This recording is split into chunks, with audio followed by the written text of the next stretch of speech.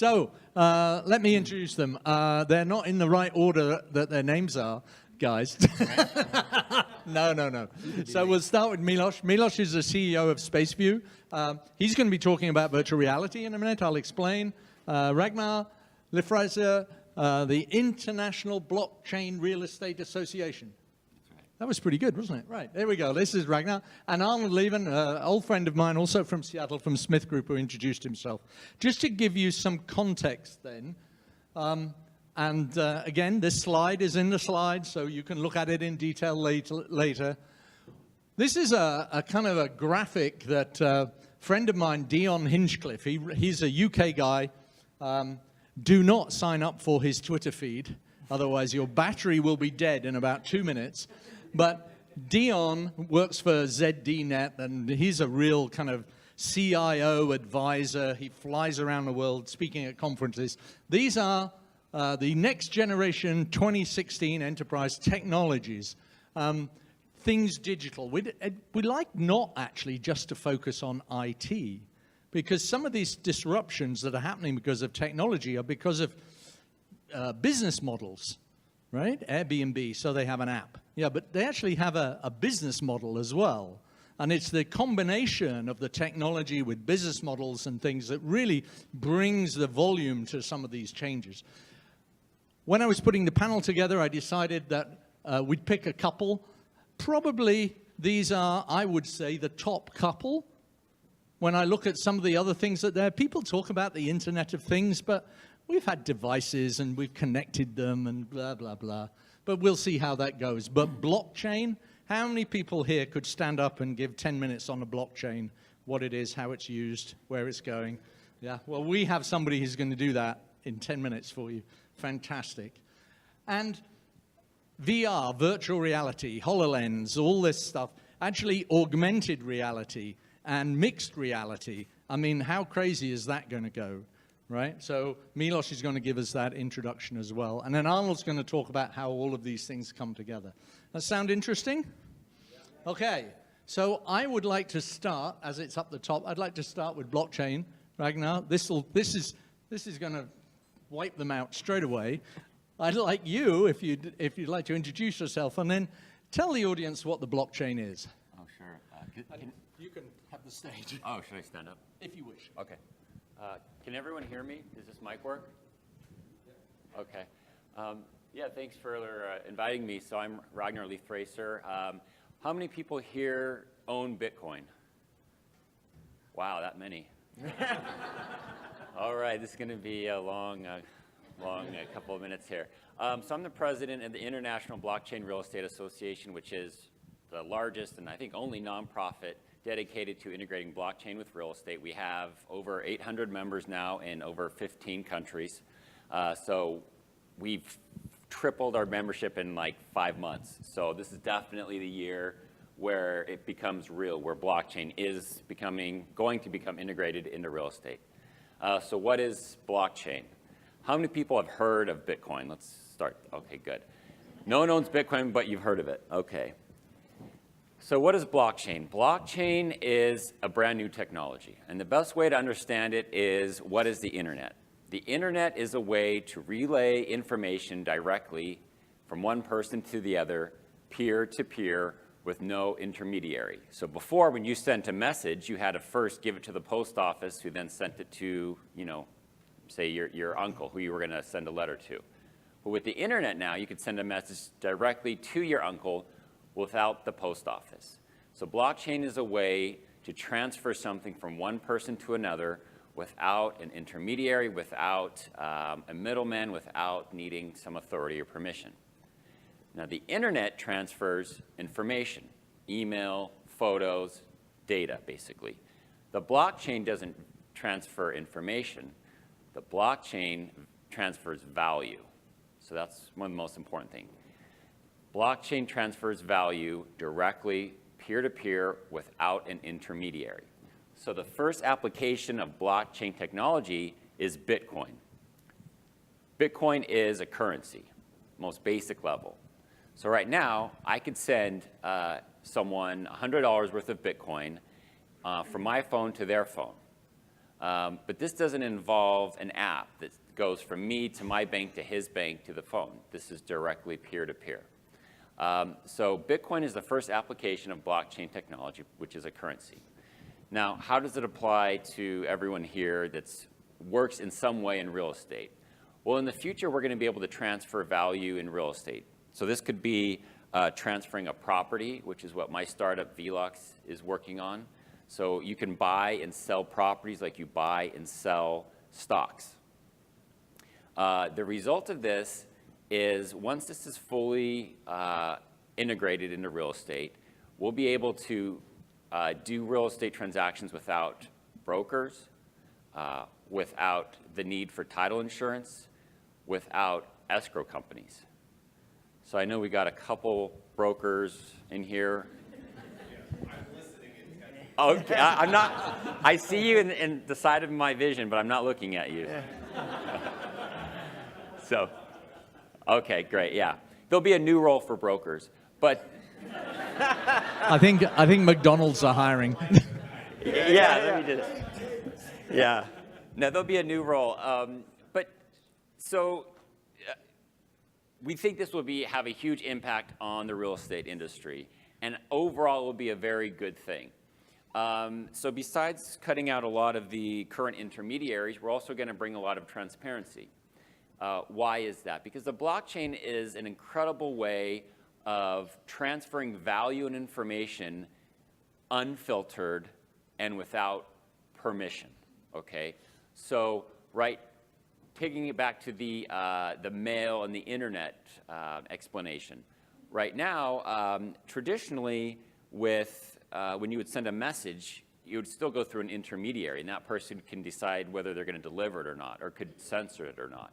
Another way you could think about this is what the internet did to newspapers. So before the internet, it was sort of up to the big boys who owned all the newspapers to decide what was printed, right?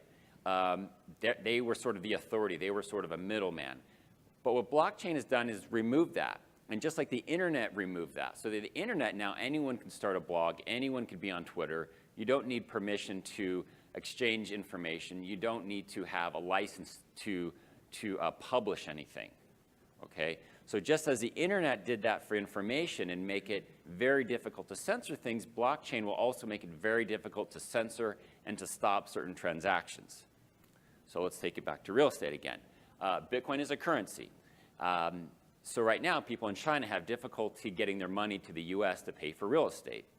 Here in the Pacific Northwest, there's a lot of Chinese buyers I know in Seattle, where I'm from in California, a lot of difficulty. So what Bitcoin does, it allows them to send money from China to the US without permission, without having to go through banks, okay? So blockchain that's one perfect example of how blockchain allows you to do things without permission, without the intermediary.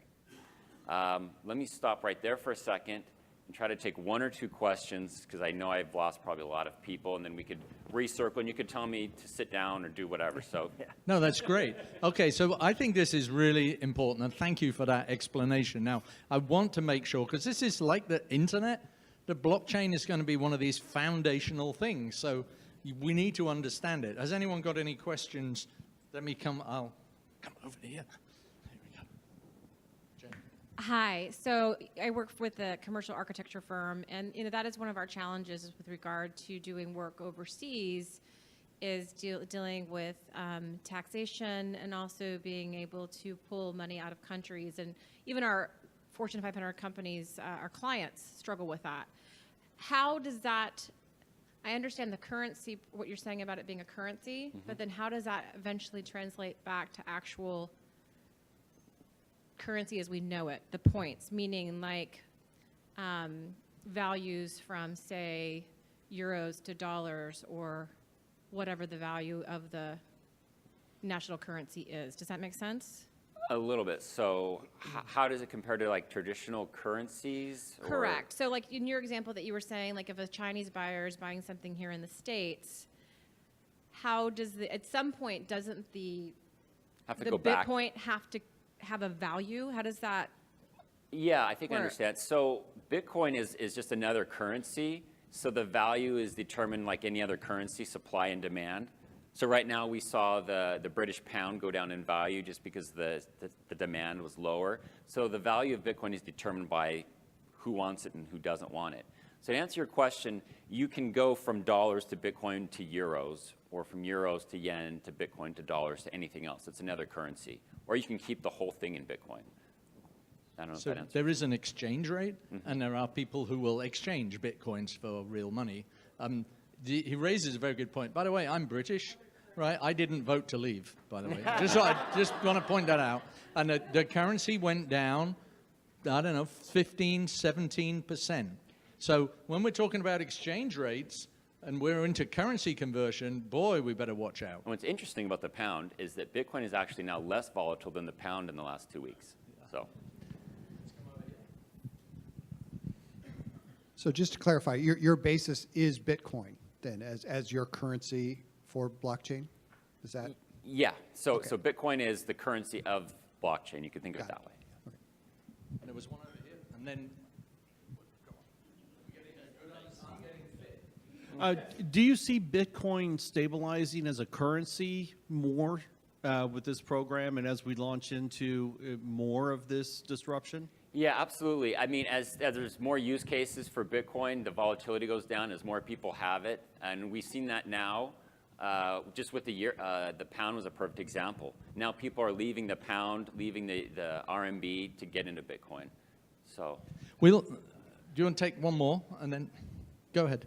So because you've now removed so many of the intermediaries, I imagine there's some regulatory concerns of taxation and liability and the risk of having two parties who are going to be true to each other.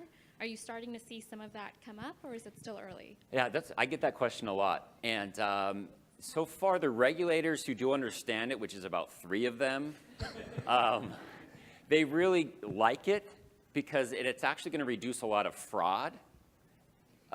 Because now things are going to be so transparent. It's really technical why that's the case. But what blockchain will do will be, okay, here's an example. Right now, a deed to a property, right, is what? It's a piece of paper that has a stamp on it. You take to a notary, and I can go home and reproduce any deed you put in front of me with Photoshop in about 30 minutes, right? But with blockchain, the way it works is it's impossible to recreate the same document without going into technical detail. So the regulators actually like it. In terms of cutting out the middleman, are they concerned about being more peer-to-peer and not having like these intermediary like layers? I understand that. In other words, you have these layers because these are experts, right? Like brokers, this is what they do every day. They know the paperwork, they know the processes. Escrow officers, they have a license and all that kind of thing. So is there some danger there with sort of putting in the hands of just sort of non-professionals? And I think what you're going to see some people who are a little scared of that, but I think what's going to prove it out is once we do the first, 5 or 10 transactions with it, and it's so much better and cheaper, then, I mean, that'll be all the proof we need. So to answer your question, there's a few who understand it, but we're still early. Ragnar, thank you. We're going to come back to everybody on the panel. Thank you very much for that explanation. Okay, so just keep that piece of your mind to one side. Milos, I'd like you just to give us the same introduction and explanation. Tell us what's happening in all these different types of reality. Yes, welcome. I'm just going to start off where Ragnar ended, which is we're still early. So the fascinating thing about augmented and virtual reality and mixed reality is I really believe that we don't even have a name for what that is quite yet. And people are using augmented and virtual reality and mixed reality kind of interspersed. And it's so the cool thing is that we are kind of at a forefront of something big that's going to kind of revolutionize and change how we as humans interact with technology. Essentially, the easiest way to describe this to you guys is that so far, the only way for us to interact with computers was to use a flat screen. Flat screen on my TV, on my phone, on my laptop. And augmented and virtual reality is essentially bringing technology into 3 dimensions. So there was a lot of disruption in the technology when we went from web to mobile. Some big companies like Microsoft really missed out on opportunities in understanding the scale factor and the differences in users. And now we're going from mobile to augmented and virtual reality to 3D. The jump is a lot bigger. So I'm just going to explain a couple of things. Augmented reality is essentially using a regular room like this and placing a virtual object in here. That would be augmented reality. Virtual reality is creating a virtual room first, placing a virtual object within a virtual room. And then mixed reality is some crazy shit that's going to happen after that. Okay? Can I just point out, I told you I brought the experts, right? Yeah. So essentially, that's what the really big paradigm shift is, that we, as humans, understand our world around us in 3 dimensions. Yet, with technology, it hasn't really been possible to get there. And so augmented and virtual reality are getting us to experience things in a more natural way than we've been able to do so far. And so the implications are that are tremendous, because visualization has been a problem for humans forever. Right? Cavemen started doing drawings in caves, and then we started having paper and pen and paper, and then we went into digital. My background is I used to be an architect for 10 years, and I went to the U of O in '96, and we were the first class of architecture students that were required to buy a computer so we can start going into using 2D and 3D rendering tools digitally instead of paper. And it was interesting because my professors were still pen and paper and had no idea how to tell us what to do with these computers that we were having. And since then, technology has really been exponentially changing and improving faster and faster and faster. And so we are kind of at this juncture with hardware where now we're going from mobile to augmented and virtual reality headsets. So we are seeing, in 2016 is the first year where we're seeing commercially viable and commercially available headsets for both augmented reality, which is Microsoft HoloLens being the first perfect example of a headset that enables you to see through in this room and yet be able to introduce virtual objects and see them as together with the real world. And then Oculus Rift and HTC Vive and Google Cardboard and things like that are virtual reality headsets that you put over your eyes and are immersed into a fully digital experience. How that relates to real estate and design and architecture and facilities is that we are dealing with 3-dimensional spaces. And so visualization and augmented and virtual reality will really help with getting people to have an easier and better experience in understanding space. How many people, you mentioned, we don't want to get into acronyms, but we mentioned HoloLens and Oculus Rift, and you'd know if you've had one of these things on your head, trust me. How many people have had a full VR experience with one of those headsets? Great. Awesome. Okay. That's fantastic. I would say, augmented reality is, how many people here have heard of Pokemon Go? Oh, Wow. I found one. Oh, here it is. Yeah. So, literally, I would say the first successful augmented reality experience just happened a week ago, and it's Pokemon Go. It's that new. I think that we've been doing augmented reality, we've been thinking about it for a long time, but really the social acceptance and ideas of how to do this are really just about to start happening, and Pokemon is the first one. Okay, we're going to come back to the 3D again. Thank you very much, Milos. Yes. Arnold, I've got the clicker for you because I think you have 1 or 2 pictures as you're going to talk to. I've got about. I asked Arnold to join, not to tell you about another technology, but Arnold actually presented at one of the IFMA things in Montreal, was part of the team. They were talking about all these technologies, but what does all this mean? How does it come together? So I don't want to disappoint David, but if he thinks I'm going to connect these 2 things together and come up with anything that is plausible in terms of what disruption is, it's the wrong conference for me. I need my 15-year-old's help in figuring out how to apply some of my iPhone technology to what it is. But what I am interested in is how, going back to the title of the conference, which is about designing for the experience, how all this technology really impacts the design of the experience. And you have to go back to what the organization is all about. The problem with, I think, my side of the table, design firms, workplace strategy organizations, that type of thing, is that we tend to look at the technology in a single focus in terms of predicting what any of these phenomenal technologies will mean in terms of changing certain protocols within organizations. I think there's a far greater impact that these things have in terms of how will it actually change the face of the organizations that we're designing the experience for. I think this great quote from this great workplace strategist, Donald Rumsfeld, who actually should be a key member of we and RE, not that we would have him, really is probably one of the most excuse me for any of the Republicans out there, is probably one of the most insightful things that he ever said. But I think, as design strategists, we need to keep this in mind because we tend to design for what we know. It's what we predict. Where will any of these technologies we think lead us to, as opposed to, designing for the unknowns, which is really what will potentially, take over things. And so when I was asked to sort of address, you folks with some ideas and thoughts, one of the things that comes to mind is typically when I begin to work with clients and organizations and we talk about who you are, what's your culture, unless you're working with Google, the first thing out of their mouth is, we're not Google. Even when I worked with Microsoft, years ago, and you would have a user group and ask them, describe your culture, they could never describe what the culture was, but they could always tell you they're not Google.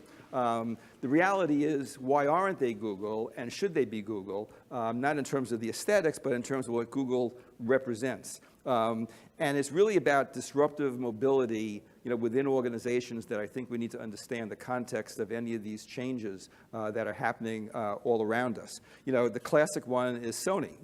Why didn't Sony own the music industry? Clearly, 20 years ago, they invented the Walkman. They were the only ones that did it. Those of us old enough, all had it. Their view of the future was the Discman. They did what they knew or what they foresaw in terms of predicting the future of technology, from tape to disc. They went one step further, and they did the compact disc man, as opposed to being totally disrupted by Apple, who came in out of the blue with new technology and a whole new view of the future, and it totally changed the face of the music industry. It changed the total face of technology, within the industry of the producers of how you transmit that kind of thing. It's no different with the automobile industry. You've got, Google entering the automobile industry. They have the ability now to change the face of the car manufacturers. Interestingly, we've been doing work with Ford Motor Company, and again, initial workshops a year ago, when you ask them who they are, we're not Google. The reality is they are Google. The automobile manufacturers have been awakening slowly to the fact that if they don't become a technology company, they're going to be making the shells for Google or Apple's operating systems. I think, in terms of looking at disruptors, we should look amongst ourselves, and we were having a conversation earlier this morning, that in the architectural profession, we run the risk, if we don't begin to look at the future of disruption within the architectural business in terms of how technology and how perception of services begins to relate to organizations and clients, that architects could just be making the shells for other people's strategies. It's already taking place. My colleagues at CBRE and JLL are doing workplace strategy. I met a young woman, earlier today who's doing things where she's, interfacing with a client at a role traditionally held by designers and architects, because we're not speaking the right language and we're not facing the reality, that there's major disruptions in every industry. Uber is, totally changing, how people use, taxi cabs. In the world of healthcare, all of these is changing. Charles Handy, who's a British business philosopher, created what he calls the sigmoid curve. And it basically is based on the notion that every business starts up at a certain point, and they need to recognize when that industry is changing quick enough and to reinvent themselves. The classic case was IBM, that obviously, controlled the computer business. Mainframes, they even had the, early laptops. They were on the verge of extinction because of Apple and other organizations, but they managed because they had the capacity to reinvent themselves to where now they're no longer, creating or, creating product, but they're creating services.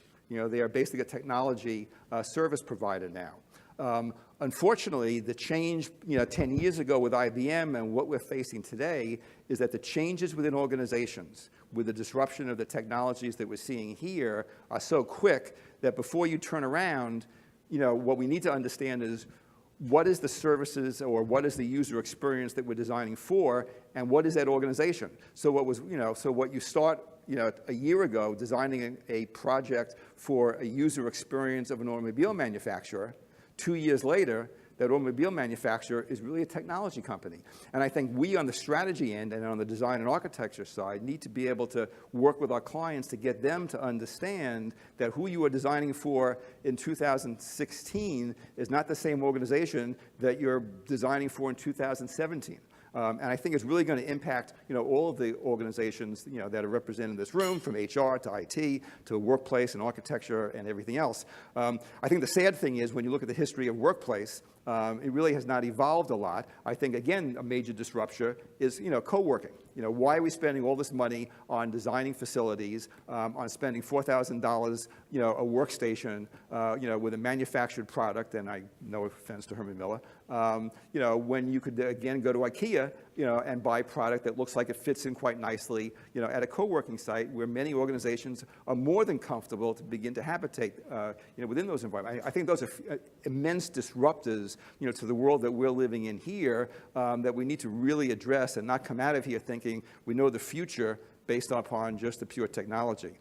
So, my final comment is that, I think that, we need to be careful that we don't look at ourselves as predicting the future based on technology, as opposed to how are these disruptors really going to change the face of what any of our organizations really are today, from real estate to architecture and workplace. Thank you, Arnold. Thank you very much. And as you can tell, Arnold was part of the team that, kind of put the concept of the conference together, because we really believe that these disruptors that you're going to hear about, we need to face them. I'm going to come to questions, but I'm just going to, if I may, ask them as moderator one question each. They don't know this, right? Okay, guys, I want a prediction out of you. Okay, so we saw all these things that are going to happen. I don't need a prediction in technology, but if you go just forward, let's say, what should we say, Christmas? Yeah, that'll do. The end of this year. So it's like not that far away, 6 months. Give me one thing that you think people will notice have changed. Milos?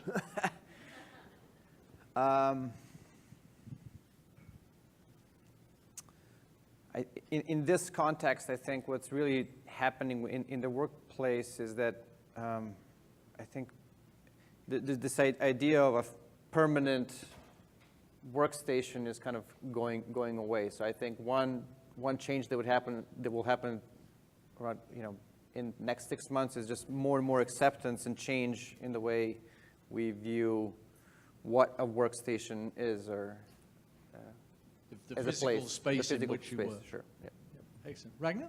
Well, for my area, I think by Christmas, a lot more people in real estate will know what blockchain is, and a lot of the big institutional players will be having meetings. What is our strategy for blockchain? And hopefully a couple of more regulators as well, right? Yeah. Okay. Go on, Arnold. If you can think 6 months ahead, what do you see coming? Being the pessimist of the group, I would like to see all these changes happen in 6 months. I don't think that, I think the reality, unfortunately, is that change, while changes are happening behind the scenes in terms of technology and in terms of the disruptors that I sort of referenced earlier are going on, I don't think the substantial changes that are going to really impact the way we work are going to be in place in 6 months. I think there's a whole other conversation as to what does it take for the general population, meaning non-Google, non-technology organizations, to make the changes necessary so that they don't fall at the bottom of that sigmoid curve. Yeah. So that they recognize the change, before it's too late. I mean, IBM had the opportunity because they had the financial stability and the strategic foresight to manage to recapture it. I think too many organizations are going to end up going away in not just, I mean, not as early as December, but in the next, 5 years and 10 years. I think the furniture industry, I think the architectural industry, I think the real estate industry is going to face substantial changes in the next 5 years, but not by December. No, but So you can still buy your Christmas presents. So we've got 6 months left. I think that's very true as well, because if we could actually predict Airbnb or Uber and all the rest of it, then we'd be up there and we'd be those 3 very rich people in San Francisco, right? But so it is hard to predict what's going to come. But I think, as you explained, Arnold, right, really grasping hold of those, trying to think about what we know, but also what we don't know, and making sure we're designing for the right experience is very important. I promised participation. I have a microphone in my hand, which I'm going to give to the next person who puts their hand up, and so will Kate. So let's get some questions to the panel. So my question actually doesn't delve about real estate transactions, which of course I'm going to talk to you afterwards about. But has anybody, this is a question for the room, has anybody noticed, you must have noticed, that your car, the comment about your car, we replace these iPhones or we replace these iPads, these stinking things that we can't get out of our life, about once every, 18 to 24 months? This thing is obsolete, and I bought it 9 months ago. It's an iPhone 6S Plus, something like that. It's the big one, right? But now what I've discovered is in my cars that I either lease or buy, my car basically from a technological standpoint is obsolete, not in the transmission, not in the engine, not in the tires, the drivetrain, the style, the this, the that. My car is obsolete in its dashboard after 24 months. I need a software update at least once every 9 months. And even then, that doesn't do me any good because the technology itself embedded in your dashboard and your steering column, they can only take it so far. Is anybody noticing that you're almost being compelled now by the auto companies to go out and buy a new car just to keep up? Because how much time do we spend in our car here on the West Coast driving to get from point A to point B, and you live in your car when you're not in your office or at your house? And if you can't communicate, you are out of business. Is anybody finding that phenomenon frustrating in your car? Please stick your hand in the air. By the way, we're forming a focus group after this is over. If you want to join it, come see me. We're taking signups right here. I would say that statement is a little skewed. I would say that when that car rolls off the lot and is ready to go, it's been outdated by about 5 years, not in 24 months. Yeah, but not to me, the guy who hops in the car. That to me, when I get it off the lot, that's current technology if it's in that year. I don't have a choice. True. More of a comment on what we were talking about with the future of real estate. Today, I can go onto Liquid Space and get a 3-year sublease on as much space or as little space as I need, fully furnished, not furnished. So I see that trend continuing. They've got plans to start going into full lease mode with a standard lease, a standard agreement. All that needs to change is them taking Bitcoin for it. In response to the car issue, the Tesla is really an operating system on wheels, and it updates itself. It's actually going to charge itself on the roads as charging stations become part of highways. So that technology is coming, and Tesla's driving the boat on that. In regards to the real estate question, there's a whole paradigm shift happening where it's not going to be lease rates or availability.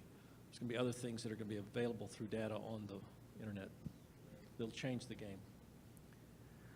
You know, I would say, so what's really been interesting in being on the forefront and kind of trying to invent and think about new ways of using technology is that the fact that we are really changing industries, and there's a lot of fear with change, and we're proposing really big changes. And so, like we just experienced 5 minutes ago, where we are saying that by making these processes quicker and easier, some jobs will become obsolete. And that's really scary, and I think that's one of the really big things that we need to kind of talk about and recognize as a society that really these changes are inevitable, they're going to happen, and it's a good thing. And even if some job titles or jobs disappear or become obsolete, that doesn't mean that this becomes a big void. It's just, it's a different space and different things. And so something we're dealing with augmented reality is we're getting a lot of negative feedback from designers fearing that, you know, new tools will make them obsolete, which I think is absolutely flawed, because it's not, technology is making our jobs easier and faster and better. It's not, and there's always going to be a need for strategy and design and planning. We're just making those things a lot faster and easier. So I think really at the question of like why is this change happening so slow in cars, in Bitcoin, it has to do with the fact that change is hard. Yeah. Thanks. Very, very interesting. I've got comments and questions on all three of your slide presentations, but I'm not going to do that. And this is partly a comment and then a question for you, Milos. I think the virtual reality or augmented reality, as you describe it, either one, has far more impact on us than we realize. It's not just creating new worlds that we can go into, but many of us spend an awful lot of time on conference calls today where we're often multitasking and getting distracted because we can't see the other people. I've had an experience with a startup app called Flipside that basically is pre-virtual reality, but it uses avatars to represent the people in a conference call, and you're looking at a depicted space. And I can tell you it fundamentally changes the experience of a conference call because you have a sense of where people are relative to you, and you pay attention.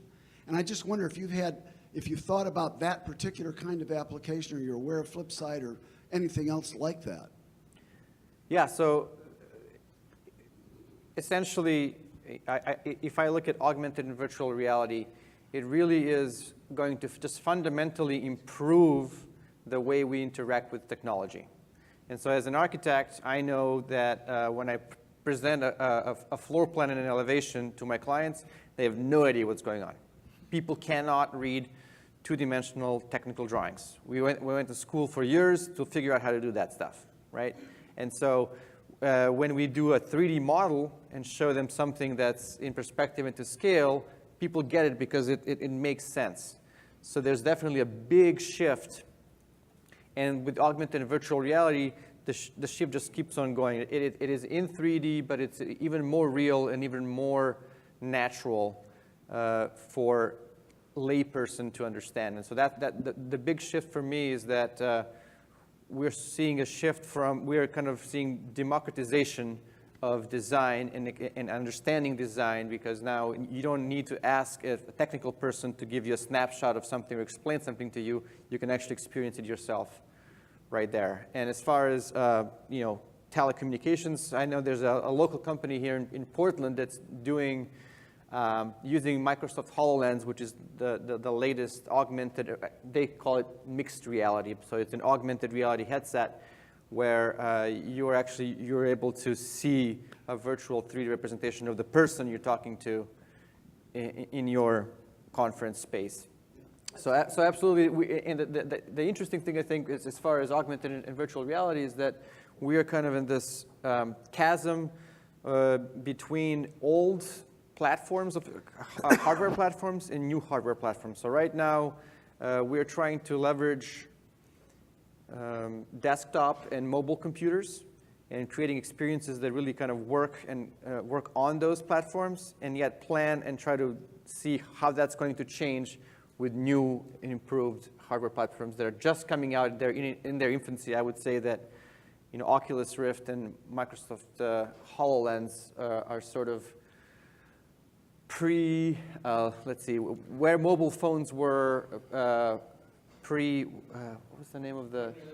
Yeah, so yeah, the Pilot, the Palm Pilot, thank you. So we are pre-Palm Pilot as far as technology is concerned, which is interesting. If I may, just for Jim and others, put in to your favorite search engine, HoloLens, Skype, Skype is already on HoloLens, and people are having virtual reality, augmented reality Skype calls. So I guess you all know what Skype is, and then you do your thing. We've got another question here. Yeah, a lot of things in my head here, but you were talking about the slowness of change, and maybe in car companies and more traditional, old-timey companies are having a hard time changing quickly the way technology can change.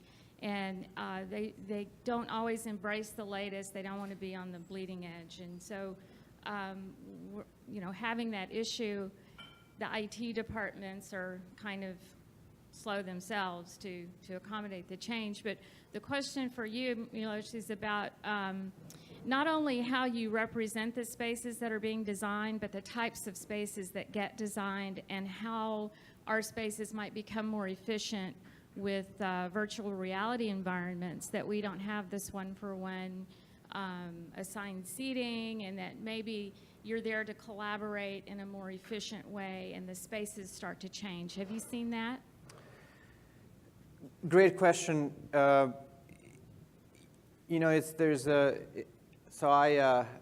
worked for some larger architecture companies that had about between 50 and 120 employees, and now I have a startup with 6 of us. So I've seen some different scale, and it's just change happens faster in small organizations, and there's definitely outliers everywhere, and then it happens slower in larger companies. It's just the nature of society, and so we've definitely seen some huge differences where now literally my office is my laptop. I can be effective everywhere.